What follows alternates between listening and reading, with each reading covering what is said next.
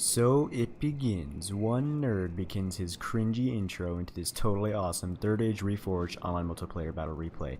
This one is actually a historically accurate Siege of Helm's Deep, so this one is very, very special indeed. It is on slow motion right now, but I'm probably just going to pause it actually, just because a lot of the units, a few of the units are actually moving forward. Now this one is actually a 5 versus 3 with 5 defending armies versus 3 attacking armies. Now you may be wondering why this is, and now the reason behind this is because two of the armies are representing Gimli and Aragorn. Both of those armies were only allowed to bring 5 units, but they did, of course, have equal money to the other defenders. I'm sure they didn't use all of it, though. One of them is, of course, Dark Elven King, my good friend, who actually set up this battle and did send me the replay. He has 2 units of the Axemen of Erebor, 2 units of Sons of Durin, and 1 unit of Dragonstars of Ered Mithrin, which is where his general is. You can see his other 3 units right there. And anyway, the other army representing a character from the movie is being commanded by Master Blaster, who has 5 units of a battle-ready Dunedain. One of them is actually where his general is, of course, and that is right back here, yes. So the other army, the other 3 armies, I should say, the other 3 defending armies, one of them is Lothlorien, being commanded by Baconfish 302. He has 3 units of Sylvan Heavy Spearmen, 3 units of Sylvan Heavy Swordsmen that I believe are over in here. Yeah, they're in here somewhere around here, mixed up with all the Rohan infantry. He also has 2 units of Sylvan Heavy Archers, 1 unit of Galadrim Veteran Warriors, which is where his general is, 1 unit of the Sindar Archers. And I believe he also has 3 units of the, what are they called? Sentinels of the Woodland Realms, I believe is what they're called. They're a light archer unit, so they can't withstand a lot of archer fire, of course, but they actually can deal out a lot of damage. In addition to this, he also has 2 units of the Sylvan Staff Masters, who can't kill anything, but they can do a pretty decent job of bogging down the enemy for a period of time. The other 2 defending armies are Rohan. One is being commanded by Tundra's Fox. You can see a lot of his infantry down here. I believe he has 3 to 4 units of Rittermark Axemen and maybe like 3 or 4 units of Eorling Axemen. He also has 1 unit of Helm Hammers, only 1 unit of Helmgas. He also has back here 2 units of the Marshals of the Red, 1 unit of Kalinardan Knights, and 1 unit of Shield Maidens. In addition to this, he also has a bit of Cav way up here with the rest of Son of the Dunedain's army, because this is also one of the many features that makes this battle super special. There actually is going to be a massive Cav charge, like at the end of the movie, because I should say right now this is actually movie historically accurate, not accurate to the book. Anyone who's read the book about the part of Helm's Deep knows that there actually weren't any elves, so this is of course from the movie anyway. So Son of the Dunedain is actually commanding the cavalry army. The attacking armies did allow him to bring most of his cavalry up, well, all of his cavalry up here, which was of course very nice. So anyway, I don't really know exactly what he's brought, but you can pretty much know what to expect from a all cavalry army. Actually, it looks like Tundra's Fox actually has a decent amount of cavalry up here as well. So some Arid Heavy Lancers, Royal Guard, Royal Bodyguard, Mounted Shield Maidens, Rohan Skirmishers, or Rittermark Skirmishers, I believe is what they're called. There's the Rohan Nobles. Yes, yeah. I think there's like 4 units of Rohan Nobles up here, as well as 1 unit of Kalinardan Knights. 2 of the Nobles are Tundra's Foxes. The other 2 are Son of the Dunedains. Anyway, we'll now over here to take a quick look at the attacking armies. I'm not going to actually go over the exact army compositions, but you will be able to pretty much figure out what they've brought. Of course, they did get a huge amount of money, so you're going to be seeing a lot of Uruk-hai infantry, a ton of Uruk-hai archers, surprisingly enough.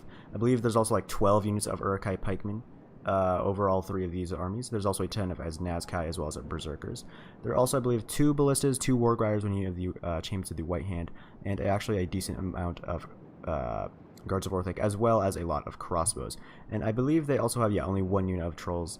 And I think they also have 1 unit of bombers somewhere around here. I don't know exactly where.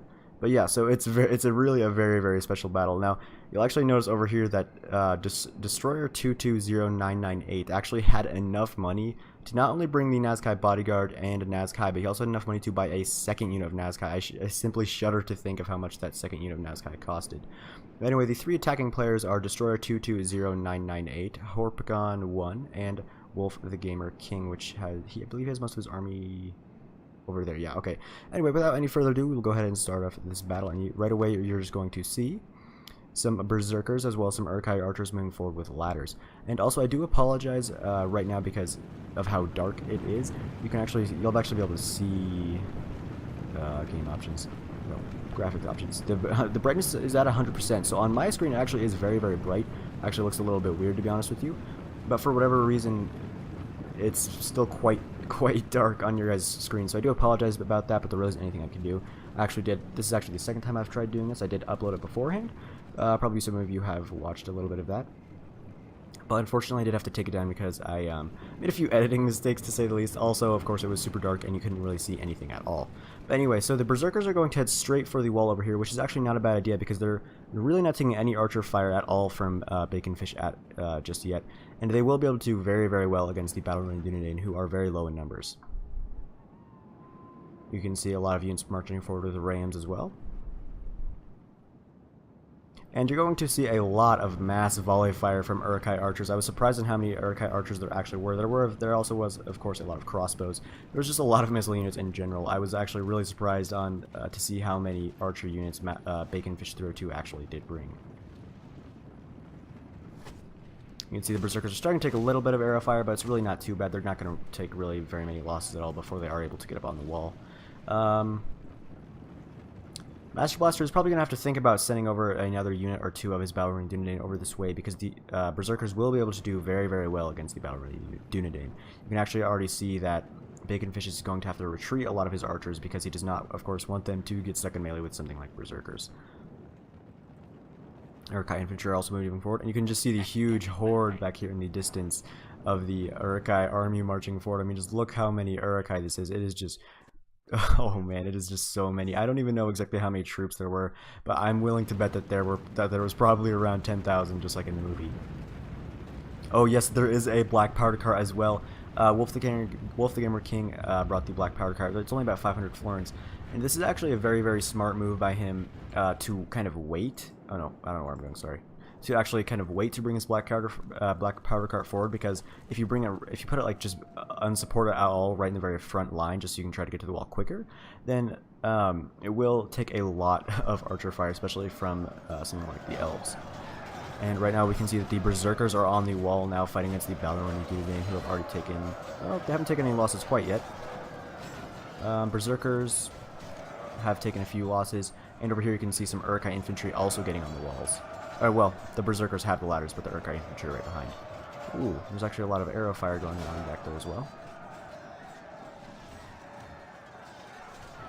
But anyway, yeah, you can see that now that the Berserkers actually have started to take in a little bit of a foothold, you can see that the Battle-Ready Dunedain are really starting to take quite a few losses, just as the Uruk-hai archers are beginning their first volleys of fire arrows. Firing back here looks like into, yeah, the Battle-Ready Dunedain General's unit of Master Blaster, who's actually going to have to commit over here, as you'll see in just a second, against these Berserkers. Looks like the Ballista of Destroyer is actually trying to get into range as well, but I don't know if it will actually be able to fire over these walls. Berserkers have taken a lot of losses. They're already down to about half strength, but over here you can see the Battle-Ready Dunedain are also only at 37, which is about half strength. Looks like Master Blaster is actually pulling off another unit of Battle-Ready Dunedain to again commit them over there against those Berserkers. So he already has 3 of his 5 units in the fight over there. And you can also see that Dark Helm King is actually starting to take a few losses from arrow fire to his Axeman of Erebor. Just as some Uruk-hai infantry are arriving with some ladders going to take out these Sylvan Staff Masters, who unsupported will not be able to kill any of these Uruk-hai infantry pretty much. So Baconfish is really going to have to commit something over here if he wants to hold this wall. Which it is very, very important to hold this wall right here, because if you do not, then that means it will allow the attackers to walk up this little ramp through this doorway up here and stop your archers that are over here from firing. Not only will that happen, but if they are allowed to get a foothold up here on this wall, they can put their Isengard crossbows here and fire in the backs of anything over there at the main gate. So definitely not something you want to happen. So he's really going to have to support them in this area of the wall right here. You can see some Uruk-hai infantry already marching forward, and I believe that was actually Master Blaster's general, because his general unit was over there. We'll go take a quick look over there. Geez, there's oh my goodness, there's so many ladders already on the walls. Some more Uruk-hai infantry, and let's take a look at over here, because it looks like the Berserkers are now being supported by some Uruk-hai infantry.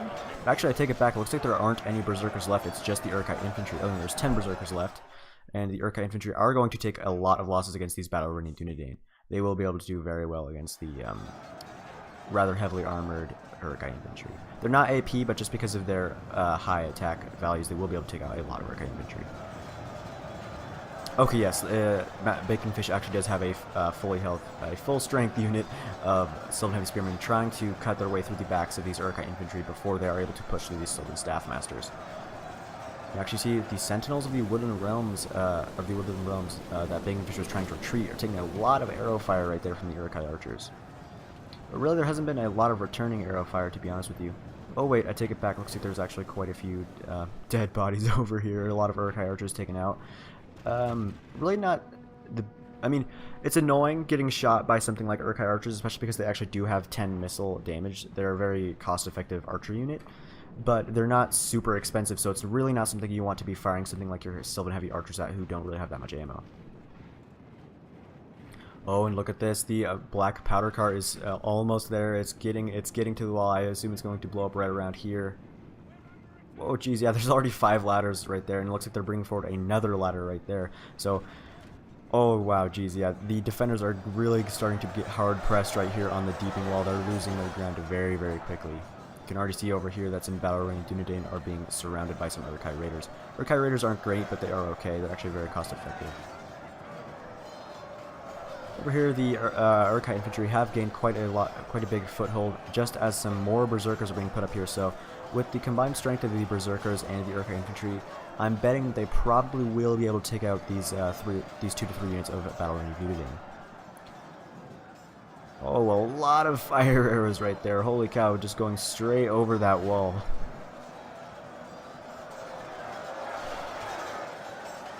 And here comes another ladder. It actually looks like there might have been a little bit of crossbow fire. Yeah, Uruk-hai crossbows are actually firing over the wall. Looks like they were firing straight at these Sylvan Heavy Spearmen, who didn't take a ton of losses, but if he does leave them there, they will take quite a few losses. Master Blaster is actually retreating another unit of battle-ready Dunedain to replace them somewhere else on the wall.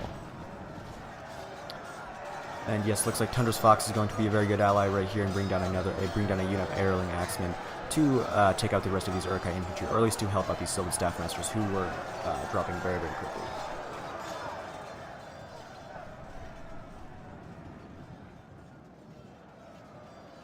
Ooh, actually, it looks like they might just actually be retreating all of their units off the wall just because they don't want to get blown up by the minecart or black powder cart, which is firing its missile. Let's see what happens. Please don't crash. I really don't want it to crash because last time I tried this, I was like way over by the gate, but I kind of want to watch it from here this time. I just hope it doesn't crash.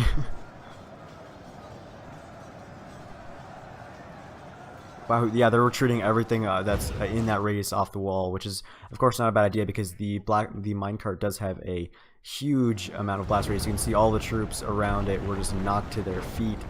Doesn't look like any of them were actually killed, though, which is definitely nice for the defenders. You can see the units are now getting back to their feet, and the attack will commence as that wall slowly crumbles. Sylvan Heavy Spearmen now getting attacked from the flank by these Uruk-hai raiders who obviously brought the other ladder. So very cool.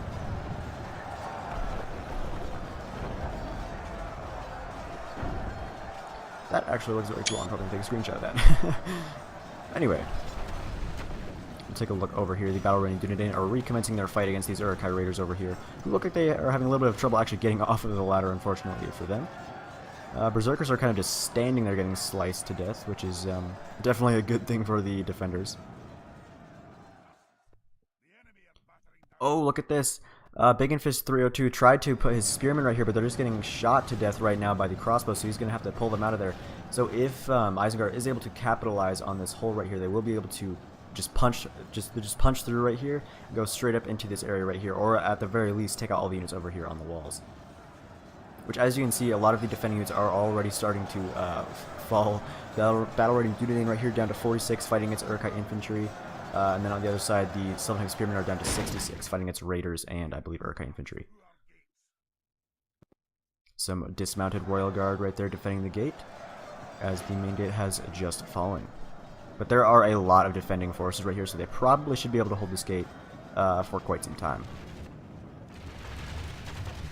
Uruk-hai infantry going to be the first into the fray on this side.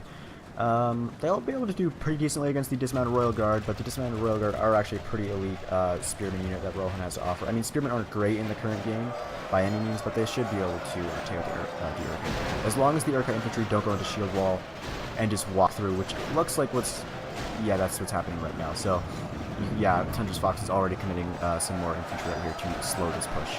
This is a very, very good tactic by anything that can go into shield wall and has, like, is, I guess you can say, heavy like dwarves or Uruk-hai infantry. Oh, there's even trolls, the white hand coming in now. If you just put them in shield wall and just try to walk through the units, like just put, like, make them try to walk behind the units that are in front of you, they will actually be able to go just straight through, and it's really, really effective at punching holes through lines. You can see the Royal Guard still relatively healthy, but they are getting pushed back really, really hard. The only bad thing about doing that, you will take quite a few losses trying to push through like that. The Eorling Axemen and Rittermark Axemen, you can see being committed right here, will be able to do very good against the Uruk-hai infantry and trolls because they are AP, but they don't have very high defensive stats, so you will see a lot of them fall to the Uruk-hai infantry. I just love watching the units walk up the ladders like that. It's really, really cool to me. You can see a lot of units of Isengard being pushed through this hole right here, fighting against these Balrog and Dunedain who are trying to hold right here, but just because of the fact that they don't have very many actually here, I doubt they will be able to hold it for very long. You can see the Uruk-hai infantry are already pushing through. The Spearmen are still alive at 57. The Eorling Axemen are still holding strong against these infantry units right here. And this is going to be very, very bad for the defenders if they're not able to plug up this hole right here, because if they do not, then that means Isengard will be free to bring forward their crossbow units right here and just shoot anything in the side right here that is trying to defend right here on this section of the wall. You can actually see the ballista of Isengard, or one of the ballistas of Isengard firing. Oh my, taking out a huge number of those Helmgasts who are firing at, I have no idea what. I didn't know they could actually just fire straight through the wall like that, but of course it's a very good target because the Helmgasts are very, very blobbed up at the moment. That's down to 49, I believe, because that was archer fire. Over here you can see that the Isengarders are really, really pushing hard against this gate. There is already a very big gap in the main gate defense. You can see some guards of Orthanc being brought forward. Not far behind them, it looks like are some more Uruk-hai infantry and pikemen. So definitely, the defenders are going to have to think about bringing forward more units right here to defend the gate. You can actually see some battle-ready Dunedain. Actually, a lot of battle-ready Dunedain from Master Blaster have been brought over here.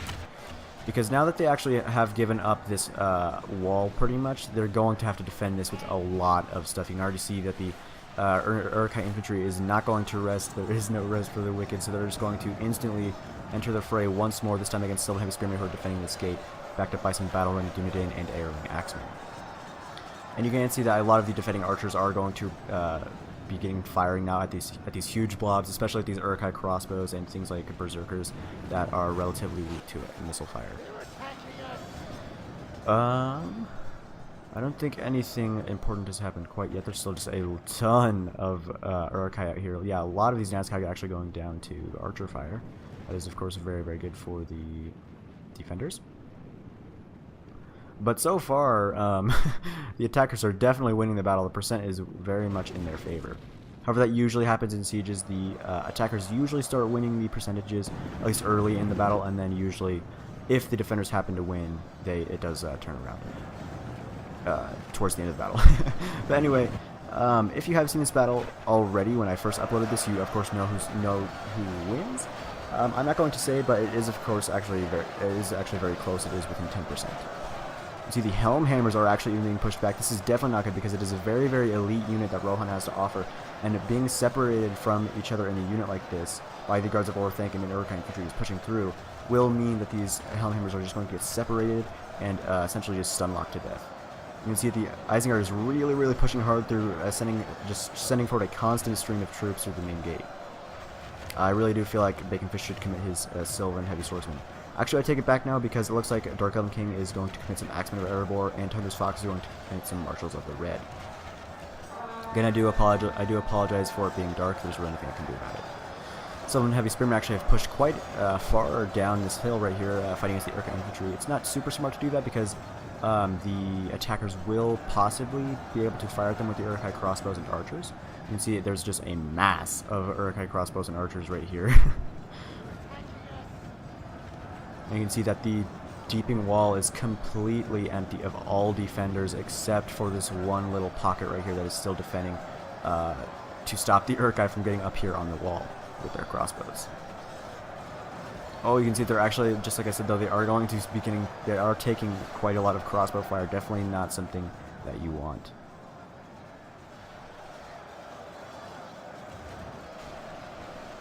Okay, yeah, if you did see my my first try of this, you do know what's going to happen to those bombers. So we'll go watch that in a little bit here. It looks like there's actually some shield maidens going to be brought down here. Not a bad idea at all to fire their axes into this big blob right here, especially because it looks like there are berserkers as well as maybe Nazkai I saw for a second there. Maybe, yeah, Nazkai are in here as well. So that is a very, very high tier unit you want to be able to take out. Sylvan heavy archers are actually going down off the wall, maybe through this doorway to help. Yeah, they are. They must be out of ammo because they're going to help out the fight right here. Because if Isengard is able to push through this area right here, then they will be able to actually bring units through the doorway that these Sylvan heavy archers just came through, and put units like crossbows right over here and just fire at the back of this gate. Also, they could try to walk through this like little area and get into the main city square, but there is a lot of elites over here, so that's really not something you would want to do. Of course, if they did put their crossbows over here, this doorway, this like pathway works both ways. The Sons of Durin and anything like that could actually walk through and stop the crossbows. But yeah, there's just a lot of Isengard forces right here, already pushing really hard at the gate. Trolls of White Hand are now down to 4, and a lot of infantry of Uruk-hai infantry back here as well. But yes, okay, so the bombers of Hornburg 1 were trying, it looked like to me anyway, sneak around to the cavalry right here. I don't know why. Maybe to throw their bombs at something like the Kalnar Knights or Rohan Nobles. But because of this, Son of the Dunedain is going to charge down his Arid Heavy Lancers. I believe there was a rule, the original rule anyway, was that the cavalry was not going to be allowed to come down until like 75% of the allies were killed. But because of this move with the bombers, I believe that is why the defenders, well, Son of the Dunedain in terms of Tundra's Fox, did bring down their cavalry a little bit early. So, well, more than a little bit early, but still. I do think it was fine, though, because you can already tell that the defenders are losing this really, really badly. So if they do not get help soon, they are going to just be utterly defeated. Except, so if as soon as the cavalry started coming down, if it were me being Isengard, you can see the cavalry already beginning to move down. I would bring everything that's outside here inside and just put one unit of pikemen, or just even a couple units of pikemen right here, because that would completely stop any cavalry from coming in, and except for maybe the Kalnar Knights, who would probably be able to push through, but they would take a lot of losses, and they just have so many pikes left, they would be able to defend it anyway. But because Wolf the Hammer King actually has left his Nazkai and Nazkai bodyguard out here, you're going to see them submitted to some really brutal cycle charges from that horde of cavalry. And just look at this mass of Uruk-hai. I do apologize about the frames. I mean, this is a totally insane battle. There's just a huge amount of troops. It looks like there's actually a lot of Uruk-hai archers over here as well. They must be out of ammo. The Uruk-hai archers will get taken out very quickly by pretty much anything, though, that they decide to put down there. Fight for the main gate still going on strong. Some Sylvan Heavy Swordsmen, Marshals of the Red, Axemen of Erebor. Looks like there's also some Sylvan Heavy Spearmen. And then over here we've got Helmgas, Riggermark, Axemen, and the like. But over here you can see the defenders are starting to grow very, very thin. And over here it looks like, yeah, Bacon Fish has actually brought down his Sindar archers as well as his Galadriel veteran warriors, maybe trying to get them into a little bit better position to fire their arrows. Ooh, and over here you can see the Uruk-hai are starting to make a little bit of headway. Pretty much all the spearmen that had pushed out have been killed, but there still is a very healthy amount of Eorling axemen back here to stem the flow of this mass of Uruk-hai infantry. Okay, now we are going to see the cavalry charging down now. Look at this, a huge amount of cavalry. The Rohan nobles going in first. Looks like they're going to charge straight after this Uruk-hai infantry. Actually, take it back. Looks like the Rohan riders were in first, probably trying to go for that ballista crew. Oh, Rohan Noble's not getting the best charge right there, but even in melee, they probably would be able to take out a large number of those Uruk-hai infantry. Arid Heavy Lancers now going straight into the back of that ballista crew, probably going to take out the entire thing of the ballista crew, actually. Your Warg Riders are still just kind of hanging out here, though. They're not really doing anything. Nazkai down to 28 from 63 just by one charge. You can see Saruman right here just dead on the ground from getting charged. Something interesting to note, though, you will see these Nazkai bodyguard take a lot of cav charges, but they just ignore it completely. They will just wipe out anything pretty much you throw against them cavalry-wise, because they have an incredible bonus against cavalry, the Nazkai bodyguard do. You can see all over though that Tundra's Fox and Son of the Dunedain are just running amok all in the back lines of the Isengard forces, just charging over and over. You can see that Son of the Dunedain actually has a large portion of his cavalry getting reformed over there, probably waiting to get a nice charge in. Actually, the Uruk-hai crossbows are actually, a few Uruk-hai crossbows have been left out here as well, so they're going to take some pretty nasty charges as well. You can see these arrowed heavy lancers down to 22 already, but they still did get an okay charge of those Uruk-hai crossbows. Oh, nice move right there by the Uruk-hai crossbows, trying to take out some of those Rohan riders, actually breaking them. If the Isengarders want to stay out here, then they really need to try to protect their crossbows and fire as quickly as possible at any cavalry, especially like something like the Rohan nobles who can just tank crossbow fire. So the Rohan nobles now going to charge into the side of these Nazgûl bodyguard, who are probably going to take a couple losses, but really not that many. And if the nobles stay here, they are going to drop very, very quickly. Like I said, the Nazgûl bodyguard have a incredible bonus against cavalry, even against super elite cavalry like the Rohan nobles. Looks like Champions of the White Hand already down to 14, trying to chase down these arrowed heavy lancers. If they get in melee, they probably will be able to take them out. Looks like that's actually the general's unit of Hornburg. Oh, that's too bad. He was gonna charge him, but then the arrowed heavy lancers came around and just did a actually decent charge into their flank. Just as some more Uruk-hai crossbows are being brought forward. He probably should retreat them. At least that would be my opinion, because I mean, he has crossbows on the front line who are now going to get charged by Rohan nobles and Royal Guard just square in the front. They're just going to get absolutely decimated. I mean, look at that. Both of those units of Uruk-hai crossbows just absolutely destroyed by the epic charge right there of the Rohan cavalry.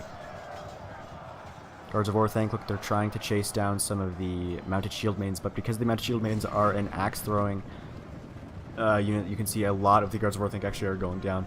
Yeah, the Riddermark skirmishers are also there as well. They actually throw javelins instead of axes, but they are, of course, still very, very deadly. Royal Guard still just chilling out. They're a light cavalry unit, which means they're very swift and have a good charge bonus. However, they can get taken out by missile fire, which is why I'm very surprised the Uruk-hai crossbows charged out, because you can see right now they're not even going to get to fire any of their crossbows. They're just getting constantly charged. It actually looks like Hornburg 1 is bringing out a lot of his pikemen as well as some wargs maybe, but I fear it's too late. He's not even really like committing them over there to try to help out what's left of his crossbows. He's kind of just leaving them here in this big long line.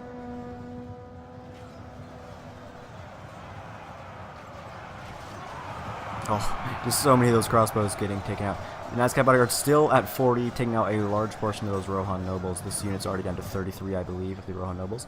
We'll take a look over here at the main infantry fight, though, while the cavalry continues to just run around. Still an absolute ton of Uruk-hai infantry right here on this gate. There actually is a decent amount of defenders right here, still protecting this portion of the wall. A lot of Sylvan heavy swordsmen. But I believe they are getting targeted by some Uruk-hai crossbows, unfortunately for them. Also, yes, so you may have been wondering why there are so few attackers actually here, and the reason for this is because there are actually the Sons of Durin, both units I believe are the Sons of Durin right here of Aragorn King, so they're going to be very, very effective at taking out these heavily armored units. Not to mention the fact that Baconfish did a very, very excellent job of putting archers up here on these walls and just firing down into these pikemen and infantry of the Uruk-hai, who were just getting dropped left and right. You can actually see that the marshals of the Redwort of Tundra's Fox were able to sneak around and are now attacking the Nazgûl bodyguard from behind. I believe what happened is his unit of what are they called? of the marshals of the Red was over here, and then like I said, I think I mentioned it maybe before. They probably went around through this hallway and then down the steps, or down the doorway, I guess you could say. Yeah, so the Nazgûl bodyguard are here. They will, as well as 11 Nazgûl. The Nazgûl bodyguard will be able to pretty well against the marshals of the Red, but they will eventually fall, especially because of that missile fire. And oh, Son of the Dunedain's cavalry is again reforming. I'm not sure if you can see it because it's so dark. On my screen, they just look like black, they just look like shadows, pretty much, just because of the weird brightness that's going on.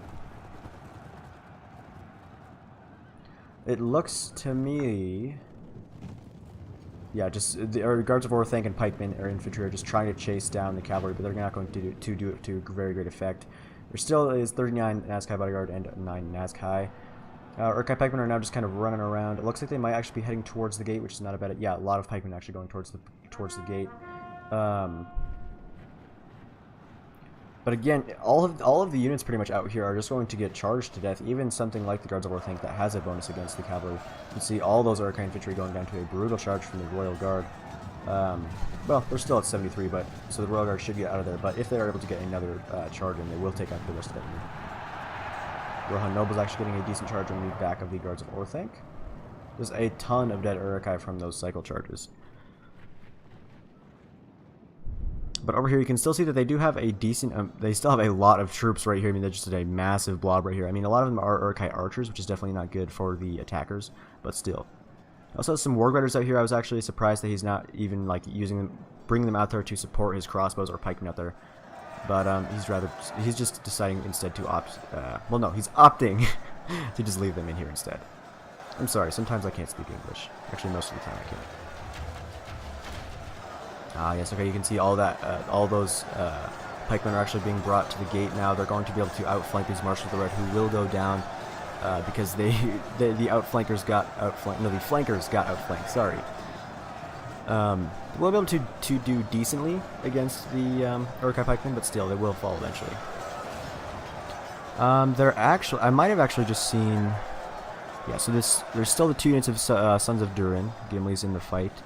I believe the Dragon Slayers might be in the fight somewhere as well. I'm not totally sure where. Oh no, here's the other unit of Sons of Durin.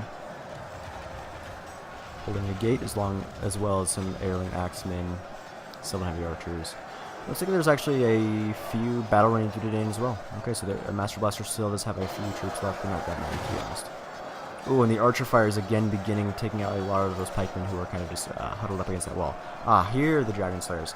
Looks like they, by themselves, are trying to hold off this gate against the huge amount of Uruk-hai pikemen right here, trying to take it. Actually, somewhat similar to the movies, or to the movie when there goes one of the Isengard generals. But it's actually somewhat similar to the movie where Gimli and Aragorn are trying to hold the this portion of the castle, I guess you could say. I don't know what you call that exactly, but they're just trying to hold that. So that's kind of what it reminded me of, these Dragon Slayers of Ered Mithrin. I mean, unfortunately, that a lot of them are facing the wrong way, but they will be able to turn around eventually, just because they're not totally stupid. I'm pretty sure you would notice if you got poked in the back, so they are going to turn around in time. But these guys will be able to do very, very well against the Uruk-hai pikemen. Pretty much the Uruk-hai pikemen are just going to have to try to just push through the Dragon Slayers of Ered Mithrin and then try to separate them from each other just so they can stun lock them to death. But I don't know how effective that's going to be. So actually, see these 2 poor Dragon Slayers just getting stun locked at the moment right now, just getting stabbed from all sides by a bunch of different pikes. But yeah, the Dragon Slayers should be able to hold out long enough for the rest of these defenders right here to take out this blob of troops right here in order to help them out. You can actually see some Sons of Durin got up on the wall, and it look like they're probably going to go down here to help out the the Dragon Slayers of Ered Mithrin to hold the gate against those Uruk-hai pikemen. Looks like the cavalry of Son of the Dunedain and maybe Tundra's Fox is still just kind of deciding what to do. Looks like they're trying to maybe take out some of these Uruk-hai pikemen and Guards of Orthanc. But, yeah, they're just getting chased around now by the Uruk-hai pikemen. The Uruk-hai pikemen are going to be able to catch them, but if they're able to just ward off the cavalry, at least for a time being, it will definitely help out the attackers, just to give them more time to break through the defenses. I'm actually very surprised by the fact that they don't have any pikemen right here. I mean, they do have a couple units of pikemen right here, but there's not any pikemen in front of the gate. So, like, if Son of the Dunedain decided to bring something down here like the Royal Guard, something that's very quick, they might be able actually to sneak in here and take out the ballista. I mean, the War Riders are here, but it looks like for the most part the attackers' attention is focused on these 2 main gates.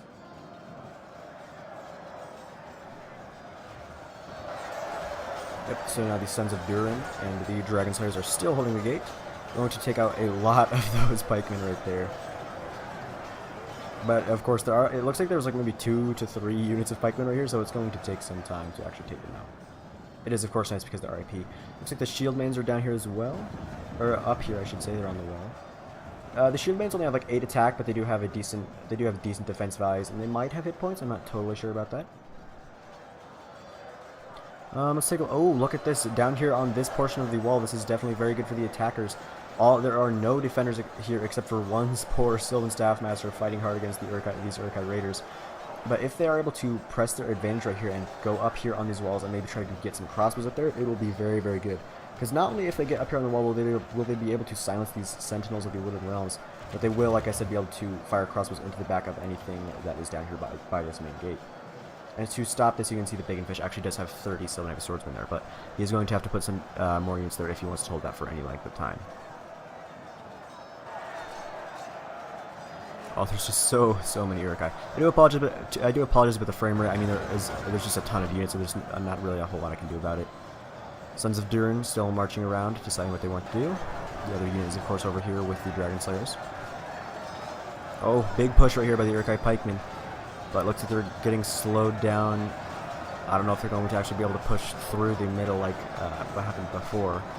You can already see there's a just ton of dead defenders and attackers alike just laying here in the ground.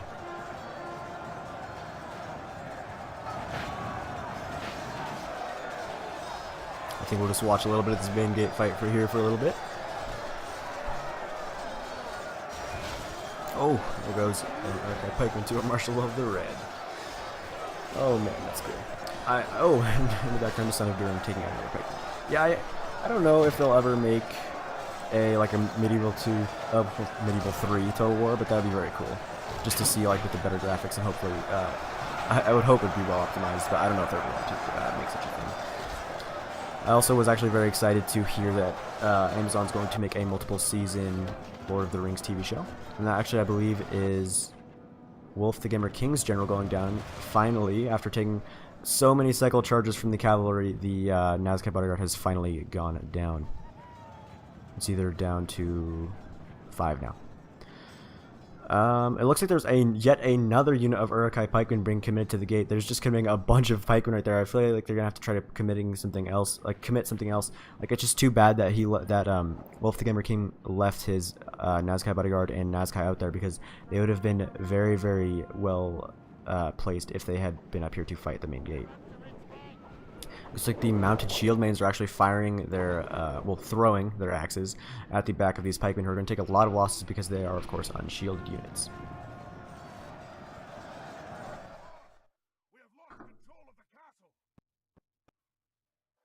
Oh, it looks like some of the Uruk-hai units are actually going to go up here on the walls now. Uruk-hai raiders. But then some elves are coming down. Okay. Yeah, so... Oh, the Uruk-hai raiders actually were broken, that unit, but there's still... This other unit is at 150, so it should be okay. Oh, and look at this. The main gate over here... Well, not the main gate, but the side gate over here has 0 defenders pretty much. Tundra's Fox has actually had to commit his Kalnar Knights just to try to hold this gate for long enough for more units to come down here. Looks like he's trying to get the Kalnar Knights out now just to try to cycle charge. But the defenders they're going to have to be very, very careful right here if they want to hold this gate. Because if they do not, then that means the attackers will be able to just come around here and sweep away all the defenses right here. You can actually see that the defenders are starting to re-win this fight over here at the main gate. A lot of pikemen have gone down now. Really not nearly as many left as there were, which has allowed these Axemen of Erebor as well as the Marshals of the Red to come over here and plug up this hole at this side gate, as well as the shield mains. The shield mains will, like I said, won't really kill anything because they only have 8 attack, but they will be able to slow down the enemy forces long enough for the defenders to get some more units over here. Yeah, units like the Marshals of the Red and Axemen of Erebor, Sons of Durin, Dragon Slayers, they're all going to get a lot of kills because all of those are AP, and they do have some really high attack values. 71 to 66%. I believe actually my Dark Elven King told me that. No, I better not say. I was gonna say something, but I better not say anything. I don't want to spoil anything. Anyway, so 71% to 67%. So the defenders definitely have turned it around since the kind of fiasco that had happened down here at the wall. They lost the wall very, very quickly. Okay, the Warg Riders have now come out here, but I fear it's just too late, because they're not even supported by any pikemen or anything. So the Warg Riders, even though they do have 2 hit points and effectiveness against cavalry, they're going to get taken out very, very quickly by something like the Kalnar Knights and Rohan Nobles. We'll watch this cav engagement now.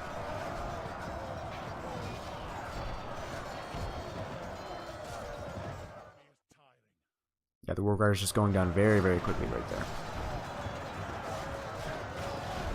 Oh. I really do like both the Rohan nobles and the Kelnard knights. The Kelnard knights have axes when they are in melee, which means they are AP, but the Rohan nobles have swords, which means they're not AP in melee, but they do, of course, have effectiveness against armor with their charge. Warguarders are now actually shaken. Rohan nobles down to 15, so they did take quite a few losses there. But oh, this charge right here by the Royal Guard is going to take out a huge number of these wards right here. Oh, actually, maybe not. I thought the charge would actually be a little bit worse. I mean, it did take out quite a few, but... Oh, no. It took out like 20 of them. Okay, yeah, never mind. Take it back again. Take out a lot. Now the Rohan nobles are going to turn their attention to these champions of the White Hand, who, because the champions of the White Hand are very depleted, will be no match for them. So pretty much just a waste right there by the defending cavalry. Oh, you can see actually some Rittermark skirmishers trying to... Oh, yeah, it looks like they're actually going to get through this hole right here. There were, like I said before, there was no pikemen here, so a very swift unit a very swift cavalry unit will be able to get through that hole. Looks like they're trying to charge right into those crossbows, which is, of course, not a bad idea at all, because if they're able to silence the crossbows in time, it will allow the defenders to put more units down here and defend this portion of the wall rather than having to defend it up here. Where, as you can see, they are very, very thin. 91 Sindar archers. Must be doing. Oh, looks like the Uruk-hai raiders that were up here on this wall went through and down here to try to like outflank the defenders right here, but unfortunately was not to great effect. Looks like the attackers are actually pushing through pretty hard right here, but the Kalnar Knights and Shieldmanes look like they're going to be able to stop it, as some Sindar, Sylvan heavy swordsmen are going over here to fight these radars, not radars, raiders. Oh, I'm sorry. And over here you can see the Dragon Slayers have taken a lot of losses. They're down to about half strength now. I believe both units of Sons of Durin over here. I could be totally wrong about that. I might be. But the pikemen you can see are considerably reduced. I mean, there's still a good portion of them, but they are taking losses very, very quickly, which is definitely not something that you want to happen as the attackers. Oh, these poor sentinels of the Wooded Realms and Sylvan Heavy Swordsmen just getting taken out by the crossbow fire right there. But look at this, the Kalnar Knights on their horses by themselves stopping the advance of these Uruk-hai infantry and Uruk-hai archers.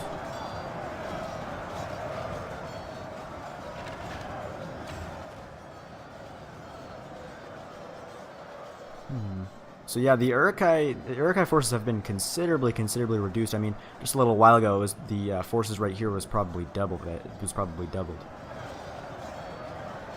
But yes, okay. So the attackers have learned from their mistakes. They are going to put a unit of pikemen right here to defend this hole in the wall, which is definitely a very good idea.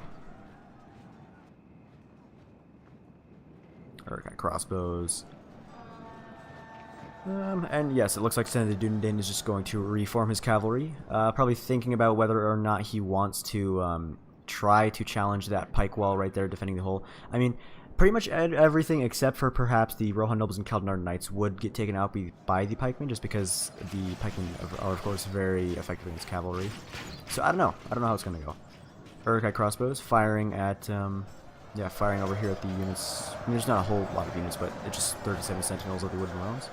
Oh my goodness, but still they're just getting absolutely butchered by the crossbows. Looks like actually there's some Rohan cavalry over here trying to charge into the back of the pikemen. Charging into the back of pikemen isn't necessarily a terrible idea, but it's not a great idea, especially if you leave them in melee for too long. If you allow the pikemen to turn around, which looks like that's what's happening right now. You can see a lot of the Rittermark skirmishers going down.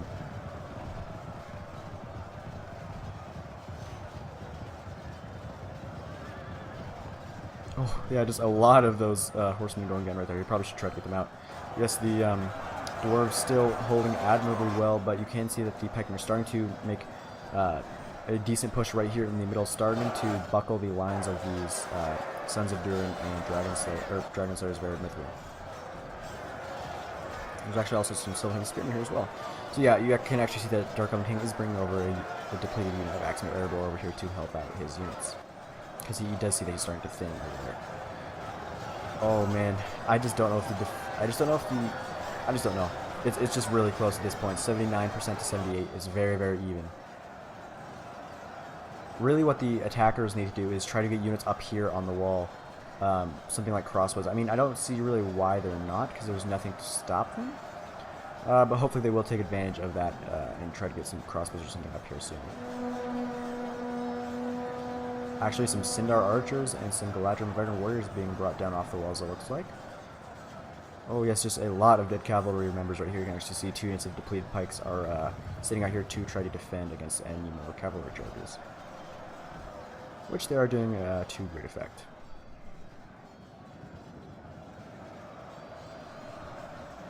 Okay, here we go. Now there are some crossbows marching up the wall, so that's very good for the attackers. Not good for the defenders, good for the attackers. Looks like there's some war riders trying to push through there as well, through that side gate. We'll watch these crossbows try to get their way over here. Again, I do apologize about it being dark. I don't know how many times I've said that, but I'm probably going to keep saying it. Here we go. Now the crossbows are up here. And there are some more crossbows on the way, so at least 2 units of crossbows are coming up here. Really blobbing up, though. Wow.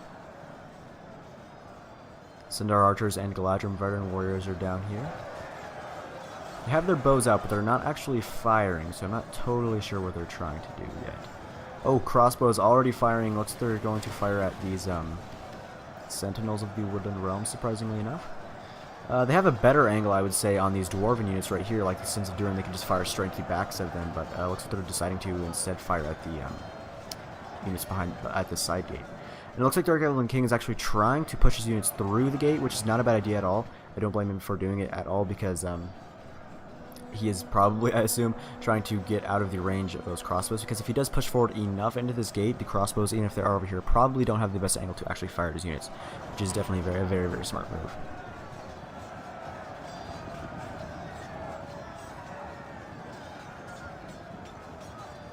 Oh, there's still one dismounted Royal Guard fighting against this one Ward Rider who ran away. Good job, one dismounted Royal Guard. You're the real MVP, you're just standing in a huge pile of dead bodies. Anyway, looks like... Oh, look at this, there's a skirmish fight, a little bit of a skirmish fight going on. The Uruk-hai crossbows are trying to skirmish down these Sindar archers, possibly?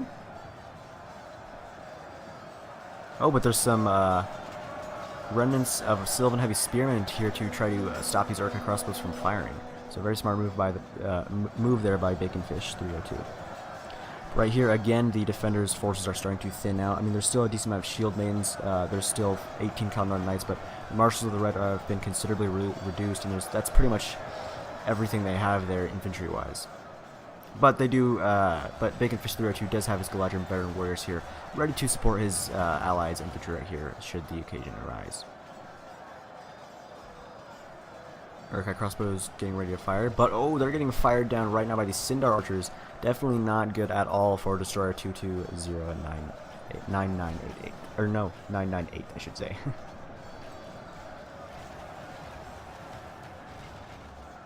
Oh no, they're shooting the one. No, how dare you? How dare you? Oh, how dare he? How dare he shoot that one dismounted Royal Guard? I wanted him to live because he had been fighting pretty much the whole battle, but he's just taken out by like 1,000,000 crossbow bolts. I actually saw the Dwarven General going down there to the pikemen, but it's really not that big of an issue because the very elite units of the Dwarves right here will be able to take out the rest of these pikemen.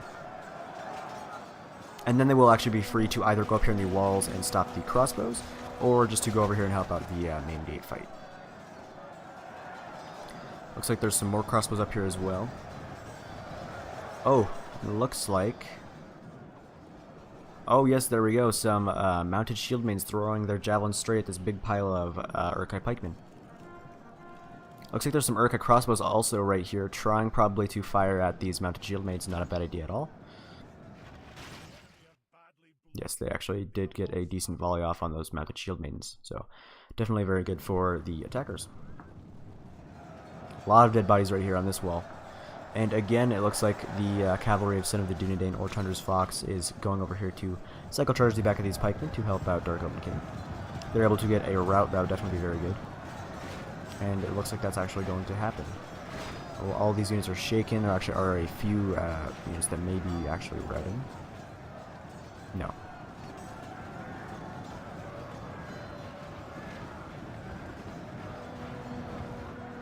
So yes, now the dwarves will be free to go over here, or go wherever they want to help out. I would assume they're going to go over here just to help out, because you can see that the defenders are really starting to, well, they've been thin the entire time pretty much right here. There's only 23 marshals of the red, 45 Sylvan swordsmen, and then 17 cavalry knights. I feel like Isengard should probably just try to do the shield wall thing again and push through, because if they are able to, it will definitely help them a great deal, and if they do not, then it will allow the dwarves time to get over here and help out, which is definitely not something that would be good for them. Mounted shield maidens going in their circle formation. Very nice.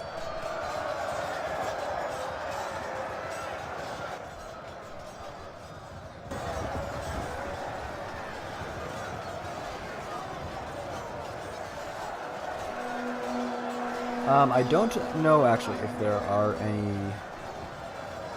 Yeah, I don't know if there is actually any battle or any Dunedain left. I believe Master Blaster's forces have been taken out by this time. One war guy running around. Also, I do apologize for not having any music in any of these videos. I don't know if the standard medieval 2 Total War, I guess the Reforged music, well, Third Age Total War music is copyrighted or not. That's why I don't have it actually playing.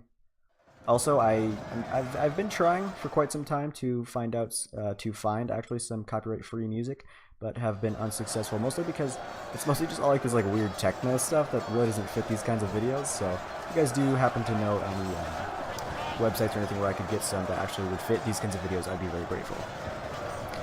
Actually, it looks like there's some the Galadrim Veteran Warriors are firing their arrows now into the blob of Uruk-hai troops right here.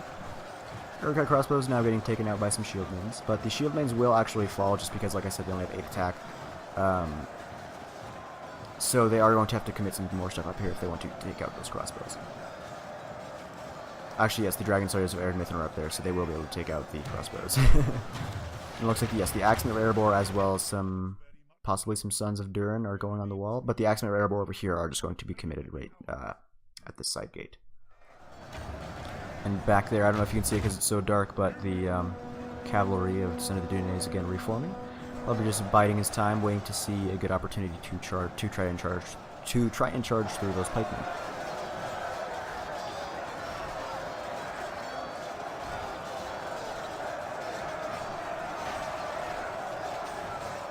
So yes, it looks like for the first time, the defenders are actually starting to win the percentage battle. So that's very interesting indeed. Very cool.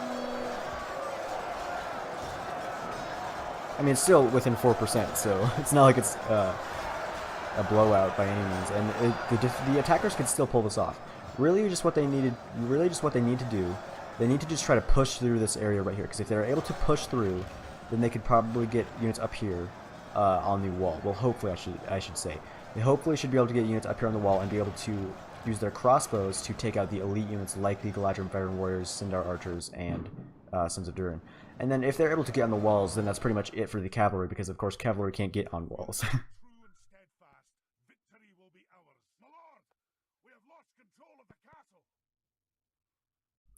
Yes, it's been a very, very cool battle so far.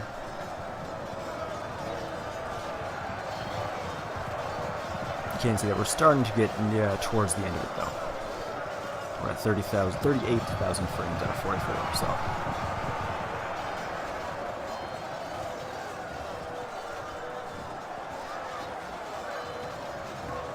Oh, looks like the champions of the White Hand, there's only 3 of them left, and one of them is the General, are trying to push through. Let's see how long the General lasts.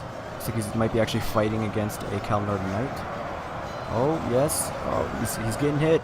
He's the last one, and there he goes. I think that was him. He wasn't? Yeah, that must have been him, because he's not there anymore. So there goes another one of the Isengard Generals. That may have been the last one. Yes, I believe it was. So that is definitely not going to be good for the morale of the Isengard forces. Yes, so actually some of the Isengard players are admitting defeat, so they must have like pretty much nothing left. Looks like most of the troops left are Wolf the Gamer Kings. And you can see he does not have a lot left.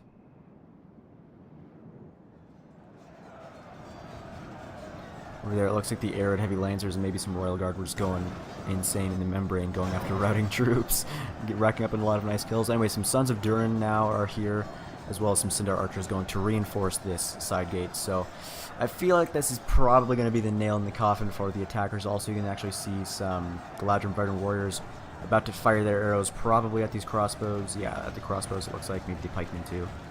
So I believe this is probably going to be it for the attackers.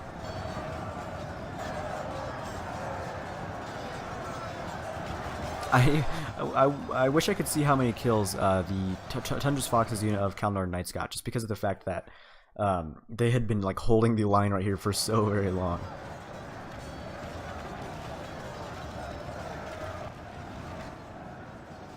Yep, the crossbows are now getting shot. Sons of Durin going off the wall, looks like, as well as some Sindar archers. Yeah, Sons of Durin are being committed over here again with the other unit of Sons of Durin. The Dragon Slayers of Eredmithrin might also be there. But I believe these Sindar archers are going down this portion of the wall, probably to try to get into a good position to fire their arrows. But if they're not careful, they're going to get crossbowed by these Uruk-hai crossbows, so gonna have to be careful. We'll see what happens. Looks like the pikemen are now getting targeted, by the way, by the Galadrim Veteran Warriors, and the Sindar archers, yes, are firing at the crossbows, so definitely a very worthy target. Who look like they're going to be returning fire. Both of these units are very, very blobbed up, so they're each going to take a lot of casualties. Ooh, yeah, a lot of those Sindar archers going down. Definitely not something you want to happen. I mean, it's so late in the game, I feel like it's not going to be a huge issue if he loses these Sindar archers, but still, he is going to retreat them, just because he does not want to submit them to any more crossbow fire. Yeah, these poor pikemen are getting shot by the Galadrim Veteran Warriors, and we'll go over here and look at the main fight again. Oh my. Oh my goodness. Can't get really any... Okay, there we go. Axemen of Erebor still fighting strong. They've been fighting pretty much the entire battle.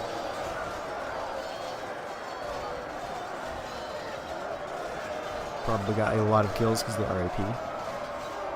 And the Sons of Durin are not far behind the Axemen.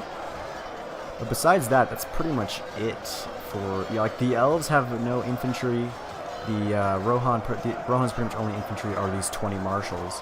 So the Dwarves really coming in clutch here with their very elite infantry.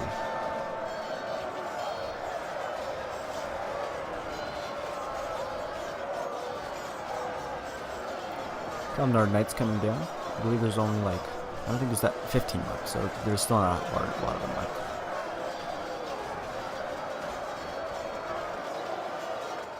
Ooh. Oh, there's actually the Galadrim Veteran Warriors, as well as the Sindar Archers are down here. Look like they're trying to fight against these Berserkers and Uruk-hai infantry. But, because of where they're at, they're going to get subjected to some brutal crossbow fire right here by the Uruk-hai crossbows of Destroyer. Just firing straight up there onto that wall. Now, wow, nice. Ooh, that's not good for the defenders. Oh, and it looks like over here, yes, Son of Dunedain has seen his opportunity. He believes that this unit of pikemen is weak enough, so he is going to try to push through with his cavalry. And yes, the Rohan nobles looks like they were able to push through. Not surprising, as they are pretty much the heaviest unit that they have. Royal Guard, Mounted Shield Maidens, Rohan bodyguards. Everything else over here is going to take a lot of losses to these pikemen. But just the fact that these Rohan nobles are back here and are going to be free to charge these crossbows is pretty much going to be it for the attackers, so I'll probably just speed it up here in just a little bit. Yes, the cavalry is actually going to pull back, because you can see they took a lot of losses right there. Wow, okay, that's pretty cool.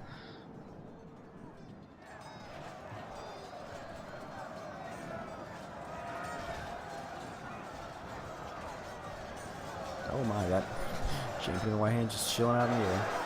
So yeah, I do believe I'm probably just going to speed it up at the end, because you can see that there's really not a lot left, just some Uruk-hai infantry, some Uruk-hai pikemen, and that is pretty much it. So I will just go ahead and now speed it up. But yeah, it was still a very, very cool battle. It was very fun to commentate over. So again, big thank you to Dark Elven King for sending this to me. It was very, very interesting, very, very close too. It still is within 4%. 5% now. I just feel like the attackers don't really have enough elites left, to be honest with you. Because, I mean, even though it is within 5%, they just really don't have enough elites left, to be honest. That's what I feel like anyway.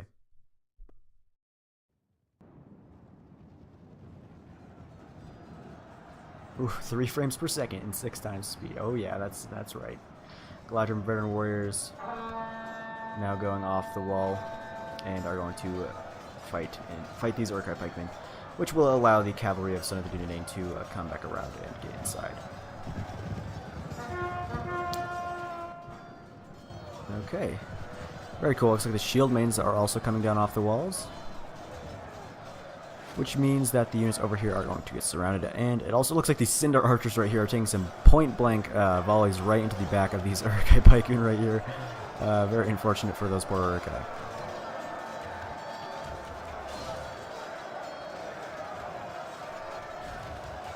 Oh, yeah, just that constant missile fire right from behind. Not something anybody wants to experience. So yeah, the cavalry of Rohan really coming in clutch there, just like the Dwarven infantry. They took out a lot of units. I mean, they took out a lot of pikemen. They took out a ton of crossbows, I should say, a lot of infantry, and they took out all of the cavalry of Isengard. So definitely a very, very cool battle. They also took out those Nazkai and Nazkai bodyguard too, so that's cool for them.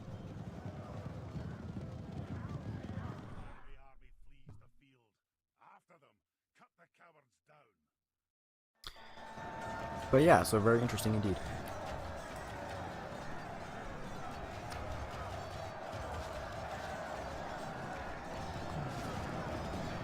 I do actually wonder when the next patch for Reforged is going to come out. I am very excited for it. I really do hope that they will give Gondor infantry maybe like 14 to 15 attack instead of just 11. It seems a little strange to me, but whatever. Also, I'm excited for the new factions. I believe the new factions are Rudour and Linden. I'm really excited for Linden myself. I also think that they said that Sword Quendi are going to have 3 armor upgrades, and when you give the armor upgrades to them, they actually will have like a different like look. They actually look a lot like Nortino warriors, I believe, once they have all 3 upgrades. That's really cool. Sword Quendi are a very, very important part to the High Elven armies because they are very cheap and very cost effective. Anyway, so that will pretty much wrap up the end of this battle. Dark Elven King only deploying 500 men, getting 1,176 kills. Baconfish got the most kills for the defenders, getting 2,782. Master Blasters, 5 units, getting 920 kills. Son of the Dunedain, his all cavalry army got 1,400, and Tundra's Fox all infantry with a little bit of cavalry, I should say, 2,366 kills and 270 prisoners. And the most kills for the attackers went to Destroyer 220998 with 2,315. Each of the other attackers getting 1,000. So, Dragon Slayers of Aaron Mithrin getting 363 kills, Sons of Durin getting 345 and 208 apiece, and the Axemen of Erebor getting 124 and 136. So anyway, it was indeed a very, very cool battle. Big thank you to Dark Elven King for sending it to me. If you guys enjoyed watching, please comment, like, and subscribe. If you didn't, just tell me what I did wrong, and I'll be sure to fix it for the next video. Anyway, guys, farewell wherever you fare, till your eyes receive you at your journey's end.